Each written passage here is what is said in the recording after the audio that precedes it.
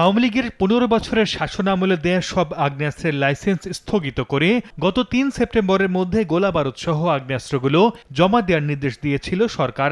এর মধ্যে যারা জমা দেননি তাদের বিরুদ্ধে ব্যবস্থা নেওয়ার উদ্যোগ নিয়েছে প্রশাসন। বরিশাল জেলা প্রশাসনের তথ্যমতে ২০০৯ সালের ৬ জানুয়ারি থেকে ২০২৪ সালের ৫ আগস্ট পর্যন্ত বরিশালে ১৯৭টি আগ্নেয়াস্ত্রের লাইসেন্স দেয়া হয়। সম্প্রতি লাইসেন্স করা অস্ত্রগুলো জমা দেওয়ার নির্দেশ দেয়া হলেও এখনও মহানগর এলাকার ৫টি অস্ত্র জমা পড়েনি।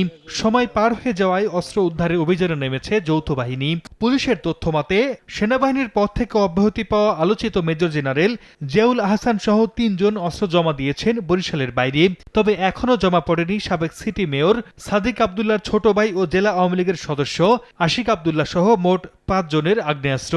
অবৈধ অস্ত্র উদ্ধারের পাশাপাশি যারা বৈধ অস্ত্র জমা দেননি তাদের বিরুদ্ধে আইনগত ব্যবস্থা নেওয়ার কথা জানায় পুলিশ। অস্ত্র জমা পড়েছে ৯২টি।